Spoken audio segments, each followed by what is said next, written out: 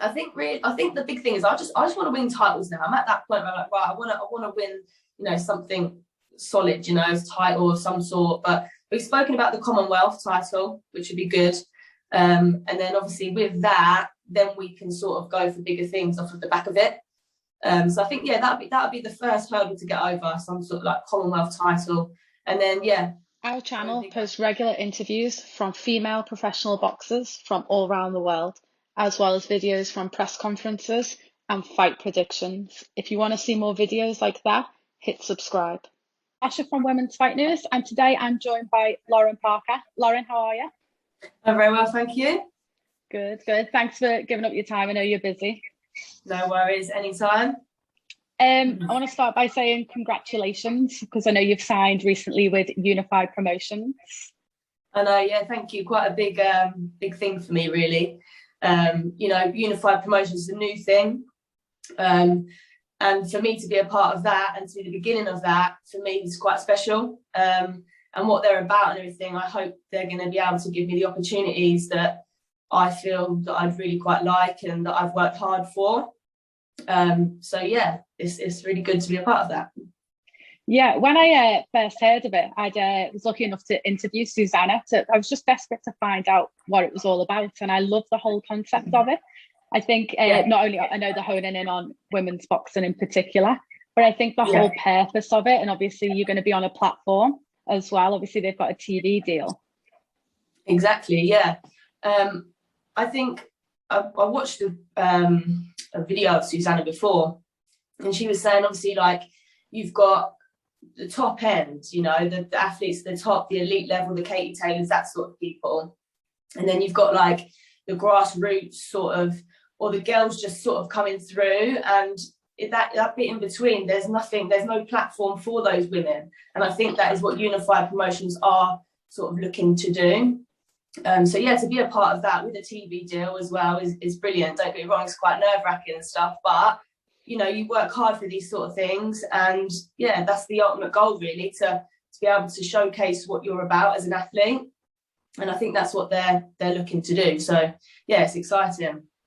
Yeah, because like you say, it will be a bit nerve-wracking, obviously, the TV side of it. But I mean, small hall shows are brilliant, and they've always got an amazing atmosphere, and there's so many benefits to small hall shows. But what can be difficult, obviously, is getting your name out there to a wider audience. So obviously this will help massively.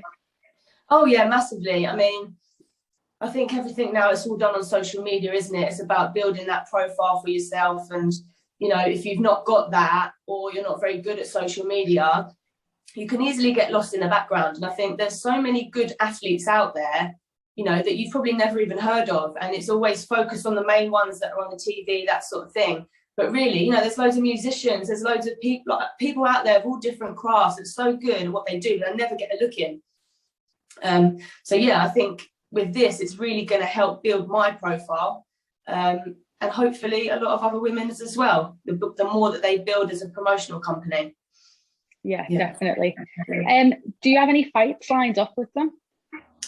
So yes, so it's been spoken that it's going to be October. I'm not exactly sure on a date yet. I remember them saying it was the first weekend in October, but again, that's still to be confirmed, but with the TV deal and that sort of thing. So that's what I'm sort of aiming for at the moment. So I've just had a week off, and then we're going to be going into training camp this week. So everything sort of restarts from now. So it's all about to get real serious. But it must be exciting as well, because obviously this is what you live for, isn't it? And being in that training camp as well, because obviously with COVID, it's been quite difficult, hasn't it? Yeah, I mean, COVID, it's been tough, isn't it? What is it, like 18 months now, I think we're down the line. I mean, I've been quite lucky because at home I've got my own gym. So I've got like a converted garage into a gym, which is great. So I do all of my stuff there as well. But obviously being a pro, I was able to travel to and from Essex, where my coach is as well. So really, I haven't actually stopped. If anything, I've probably worked harder in this time. Given this time, you're told that, right, we've got to pack up work, we've got to go into a lockdown. So I literally put all my work on hold. I couldn't see anyone, couldn't do anything. And I was like, well, use this as a good opportunity, just put all my time and my energy into my training. Really got a good structure behind me now. to be working closely with my 2 coaches. And yeah, I feel like I've just really built myself up in that time and used it to the best that I could. So yeah, it's not been great in terms of being able to get out there and compete and that sort of thing. But in terms of, you know, really working on things, I've been able to do that more so recently. So though it's been negative, there's been a massive positive that's come from it as well. So yeah, it's not all negative. Yeah, definitely. Because I asked a lot of boxers this through COVID, was it's like the perfect time to work on things, because when you're going from fight to fight to fight, you're just focusing on that fight and tactics and whatever else. Whereas obviously this is a great time to develop on yourself as a boxer. Yeah, no, I totally agree. I've just had the time, you know, to do things and sort of relax with it all as well, you know, because when you're fighting, you've kind of got all that nerves, that build up. You've never really taken your foot off the gas. It's go, go, go all the time. Whereas with that, it was like, okay, well, we don't know what's going on. We don't know when we're going to be able to get back to the gym. So I was in a relaxed state. It was like, okay, well, let's work on this and let's do this and let's incorporate a little bit more strength training and really build yourself up as an athlete. And yeah, that's what we've kind of done. And it's just been all positive, really. To be honest, I'm really pleased with the progress that I have made. And I feel like going back, I'm going to be a completely different athlete to what I was. Mm-hmm. So yeah, it's all good. Yeah, perfect. Taking the positives from a negative situation. You got to. Yeah, because I think the last time you was out, was it at the end of 2019? Yeah, December. Yeah. December. So obviously having that positive attitude would have helped you keep motivated, because I do know, you know, it's obviously been hard for everyone during COVID to keep themselves motivated, keeping a routine. Yeah, I think for me, like when the COVID thing come in, I'd just finished a contract with, actually did I or not? Well, my contract was going to come to an end with my previous manager. So August 2000, whenever it was, I signed with Steve Goodwin. I can't remember the dates now. So yeah, I signed with Steve Goodwin. So to be honest, we went into lockdown. It was a bit rubbish, but I just signed with him. So that kind of gave me that positive attitude. It was like, right, fresh start. Okay, it's annoying that we've been put on the back burner a little bit with the fighting and stuff, but I'm really positive now. I've got a good manager behind me, and we've set good goals to hopefully achieve.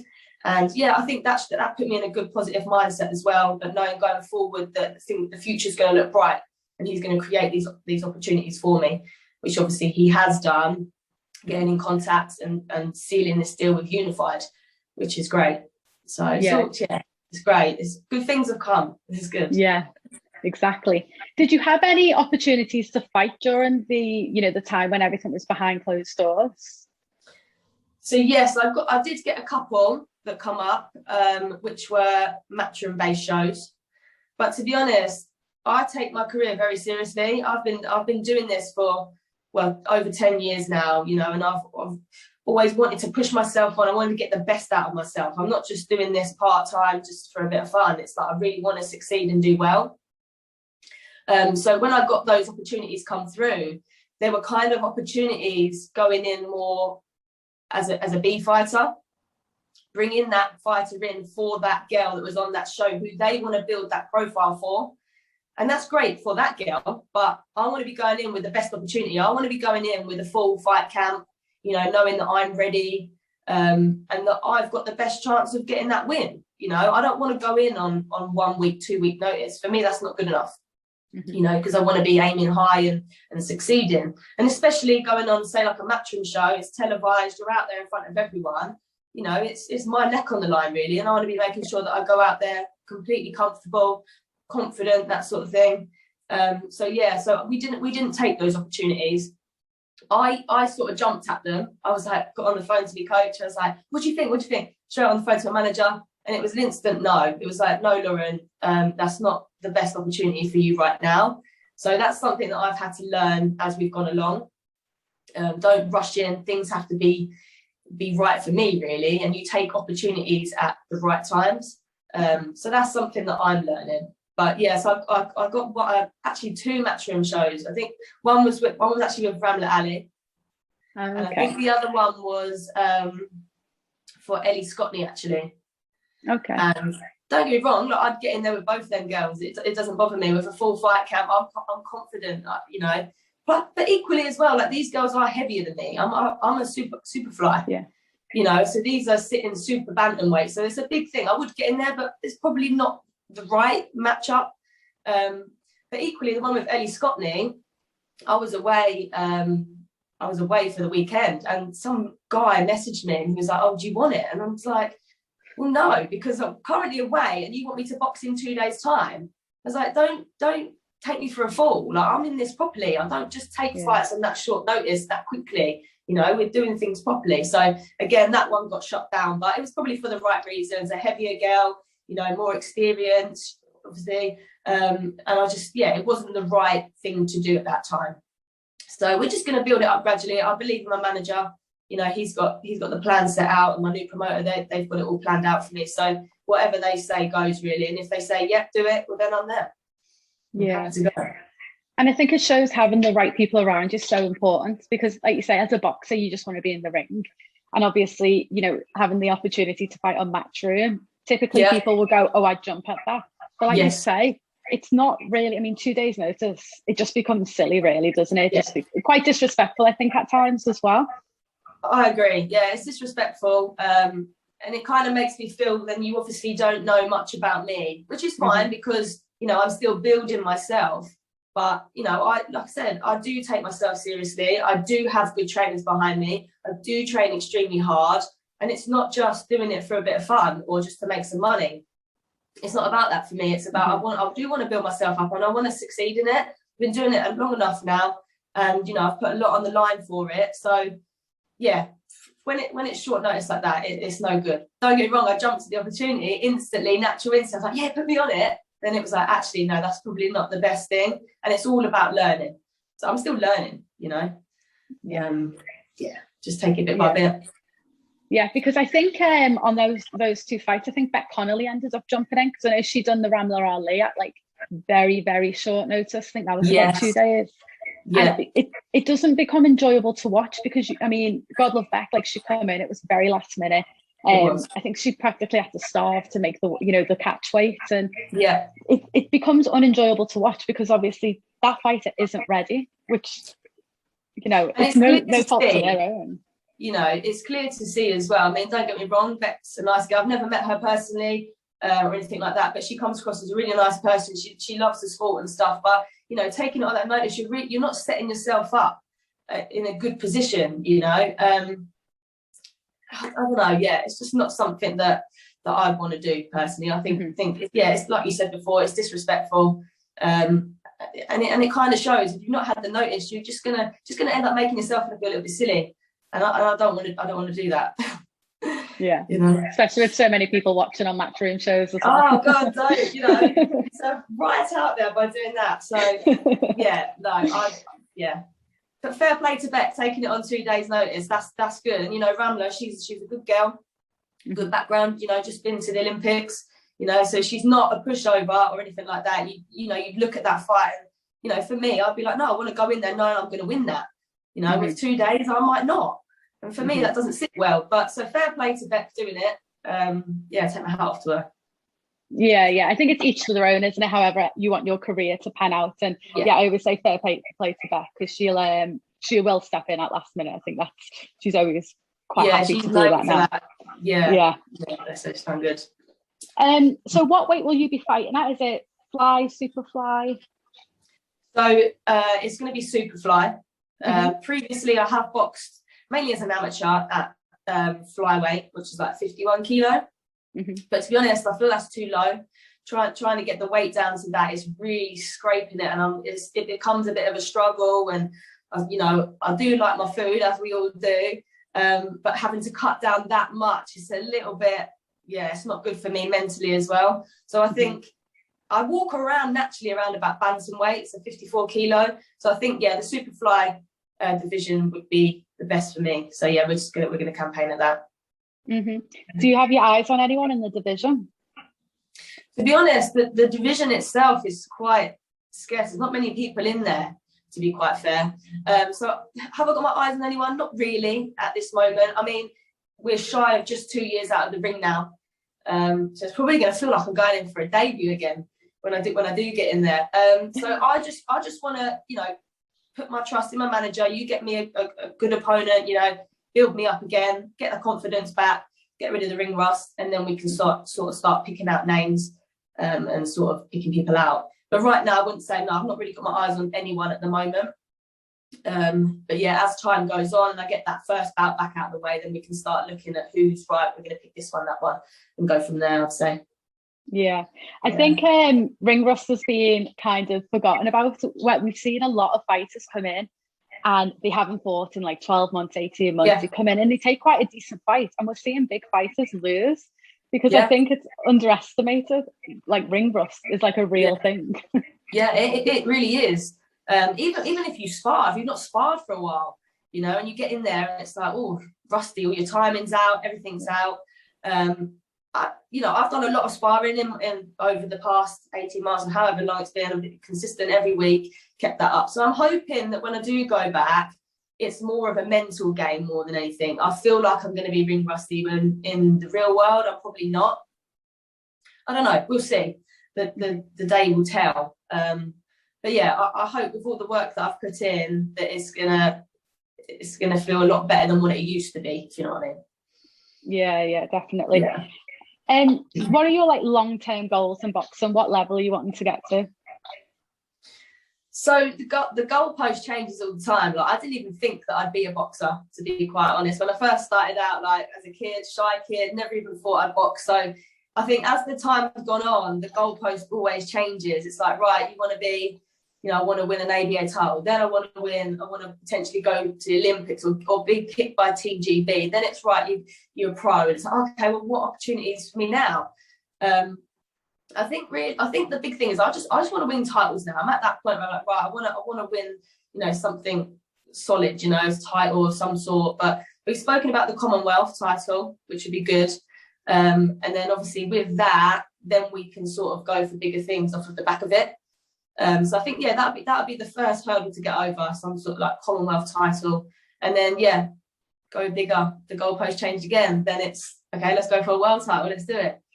But we'll see. I'm just taking it bit by bit, literally just see how we go, and then just take every opportunity that comes, as long as it's the right one. But yeah, I think for me, I just want to push the boundaries as far as I possibly can. Like I said, I didn't even think I'd even get in a ring as a young child. So, you know, it's grown as we've gone along, and I've shocked myself all the time of what my capabilities are. Even in training, you know, doing certain things, strength training or sparring, I come out, I didn't even know I was capable of that.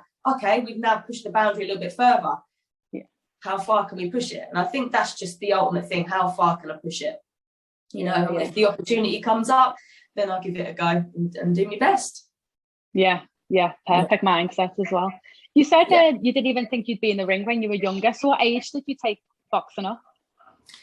So it all kind of started when I was about 18, actually. So yeah, as a kid, like I'd do things all the time. Like my mum would take me to ballet, or they'd get me at the sports teams at school. And within a couple of sessions, I was like, I want to do that. And I'd end up quitting like really quick. More because I was shy, maybe a little bit anxious, that type of thing. Get nervous about things if I don't know people, whatever. So yeah, but then my dad, I remember he used to take me to kickboxing shows, and I must have been around about 13, I reckon. And I just remember like watching the girls compete at that time, thinking, I reckon I could do that. You know, it kind of just seemed, it drew me to it. Out of anything else I've done, netball, like athletics type stuff, football, whatever, it was boxing. I was just like, wow, I was in awe of it. But again, being that shy kid, I never really pushed on it until I was a little bit older. And then when I was about 18, there was a kickboxing show, I think the local nightclub, I think Liquid at the time. And they had a show going on there, and the girls were boxing again, and it was like that same feeling came back. I was like, oh, I really like to give it a go. So yeah, I just plucked up the courage and asked one of the girls, I was like, right, how do I do this? Like when your classes, I'd love to give it a go. So I ended up going along, did a little bit of kickboxing. To be honest, I thought I'd be really good at kickboxing, and I was getting to a good standard with it, and I would have pushed on and maybe would have stayed in the kickboxing. But then one of my friends said, you know, why don't you give boxing a go? And to be honest, I really liked kickboxing at the time, so it was a bit like, oh, but I give it a go. I was like, right, okay, I'll make you happy. I'll just go along to this boxing session, which was at Stevenage Boxing Club. And he introduced me to a guy who is actually my coach now, called Paul Day. And I just got this really, really good vibe from day one. This man, you know, took me under his wing. He was doing pads with me, really paid an interest in me. And I was like, do you know what? I actually quite enjoy this. So I just kept going back. And then the type of training that he was giving me as well, it was like, this man's like investing in me. He's, you know, he's got my best interest at heart.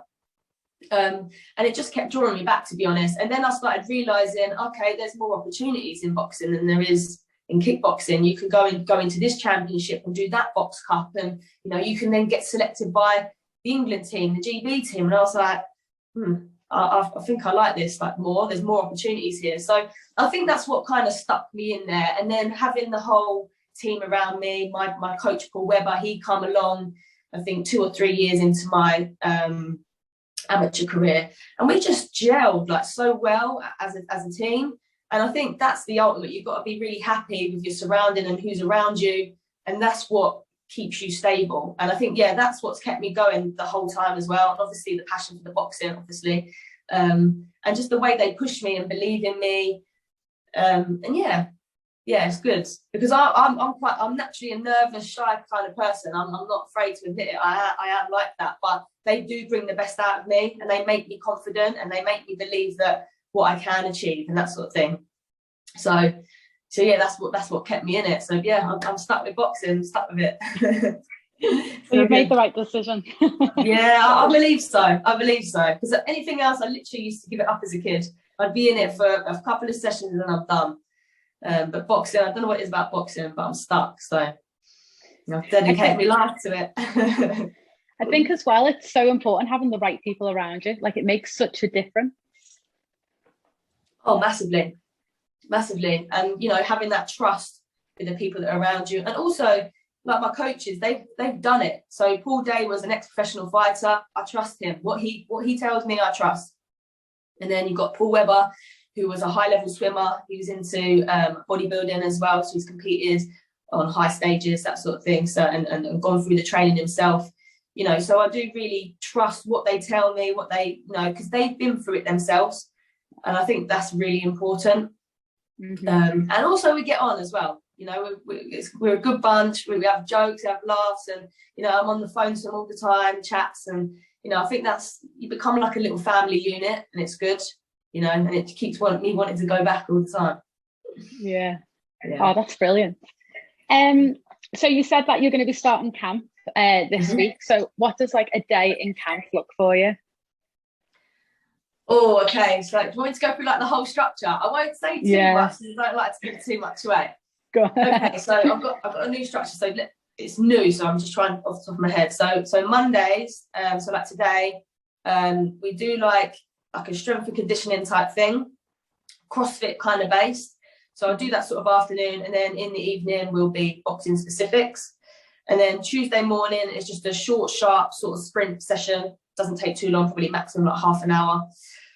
Wednesday, I will do my run and a bit of boxing specifics after that. Shadow boxing, footwork, ladder work, bit of abs and stuff, core work. And then in the evening, that is pure strength. So just strength work. Thursday's my day off. Friday, 3 sessions on a Friday. So in the morning, that's the run. In the afternoon, we do again, like a CrossFit, but kind of sprint based work, so quite quick. Again, it's not a long session, it's just short and sharp, rev the system up, that type of thing. And then in the evening, again, is boxing specifics. Saturday, I go to Essex and see my coach Paul Webber, and that's just pure strength. That's just disgusting. Like, it takes me an hour to get there, and the whole time I'm just like, oh God, I know what's coming up. I know that I start getting all tired, and I can't do it. Yes, you can. Right, it's all mental games. So that's a real tough one on the Saturday, and then we finish again with boxing specifics. And then on a Sunday, I do a run, but that's kind of with a group of people that I've got together, and it's there's a little cafe in my town called Miss Greenfingers. It's a little vegan cafe, and we all start the run from there. And then when we come back, we all socialise and have tea and stuff, and it's really nice, breakfast and stuff. So yeah, that's kind of how it rolls out. So I get so one day off really, So it's either 2 or 3 times a day training. So yeah, it's quite full on. It's full on. That makes me feel really lazy. No, you're not. No, you're not. I've been for a swim this morning. I'm like, that's me for the week now. But that's good. Swimming's good for you. Something that I should do more of. I only swim when I'm on holiday. It's bad. Yeah. But yeah, swimming's so good, especially like because I do have a little bit of sports related asthma, just very slightly. Oh, okay. So that's really good for like your breathing. So yeah, probably should do more of that. But yeah. Yeah, but you've got intense weeks then coming up for your camp. Right. But it's worth it when you get in the ring. Yes, definitely. All pays off. Last question, because I noticed you just mentioned like a vegan cafe, and I saw on your Instagram you're plant-based.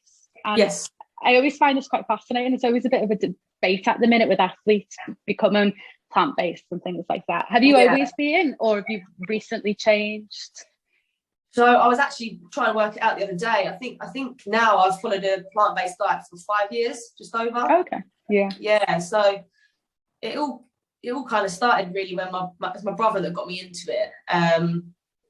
And basically he just showed me like some documentaries and stuff of obviously like animals, how they're treated, that sort of thing.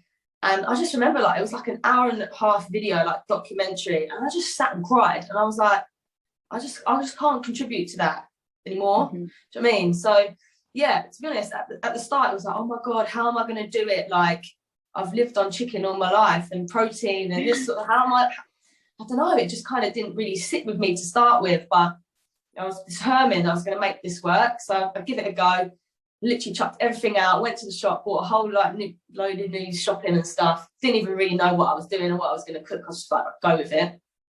And yeah, I've just kind of never really looked back since. And I think the thing is, everyone goes, oh, plant-based, I don't know how you do that. But I think a lot of it is just literally down to education. Yeah. You know, once you've got your meals in place or your go-to meals, it becomes very simple. Like I don't think to myself day to day, oh, I'm vegan, you know, I'm different to everybody else. Like, I don't think like that. I just go about my normal day. I don't even really think about it. I know my go-to things and that's it. It's actually really easy. And to be honest, like I actually enjoy eating like that because a lot of it is very, very healthy. Don't get me wrong, you can be very unhealthy as a vegan. But you know, there's more options coming through now, so it does make it like way easier. But also I've like massively felt like the health benefits of it as well. Like, I just feel like a lot of time I've got way more energy, recovering quicker. And I just kind of feel like I'm doing a good thing really with it. And I enjoy it. So yeah, it's been a good thing for me. It is. I find it fascinating because I was like you, I watched documentaries and I was reading loads about it. I tried it. I did give up after 4 months, but like you say, I didn't give myself enough time to like learn about it and you know what to cook and things like that. But my boyfriend still does it. He's stuck at it for like a year and a half now, so I need to get back on it. But I've read a lot about athletes saying they just feel better. Like you say, the recovery is better. And there's always that big myth of like you don't get enough protein, which is a complete myth because I mean, it's very easy to get a lot of protein in a vegan diet. Yeah, and I think the thing is as well, like if I said to a meat eater how much protein, like just a standard normal day-to-day meat eater, how much protein are you getting? They couldn't tell me. Yeah.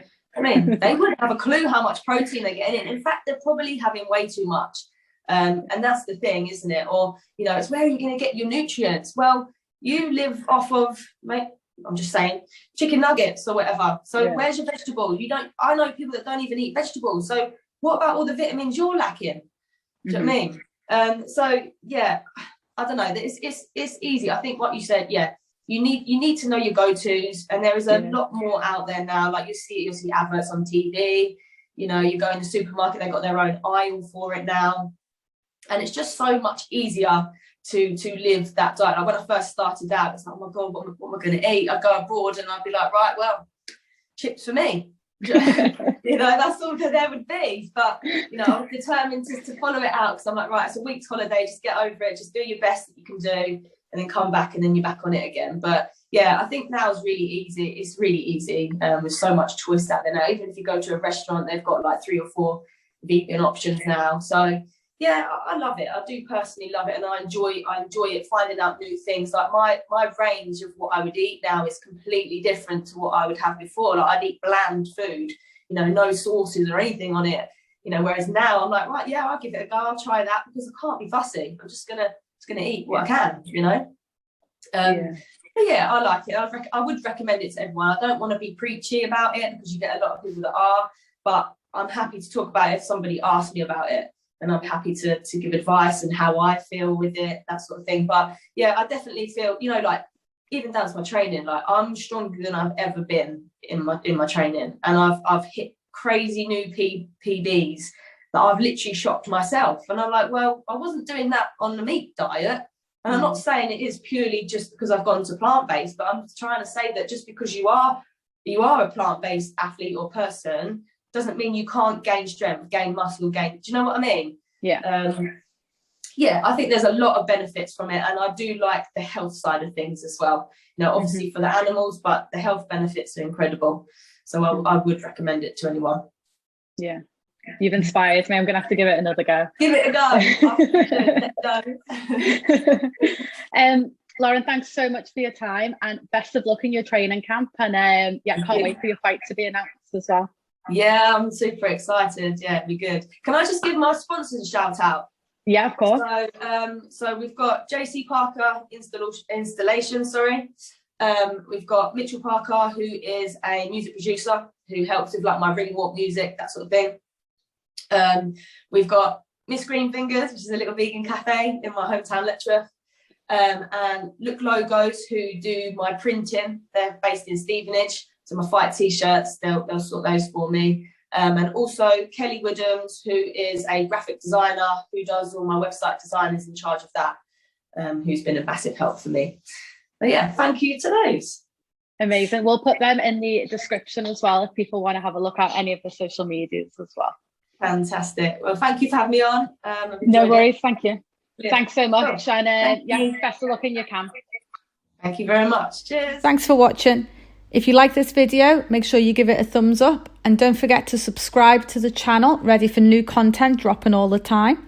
Also, give Women's Fight News a follow on Twitter and on Instagram.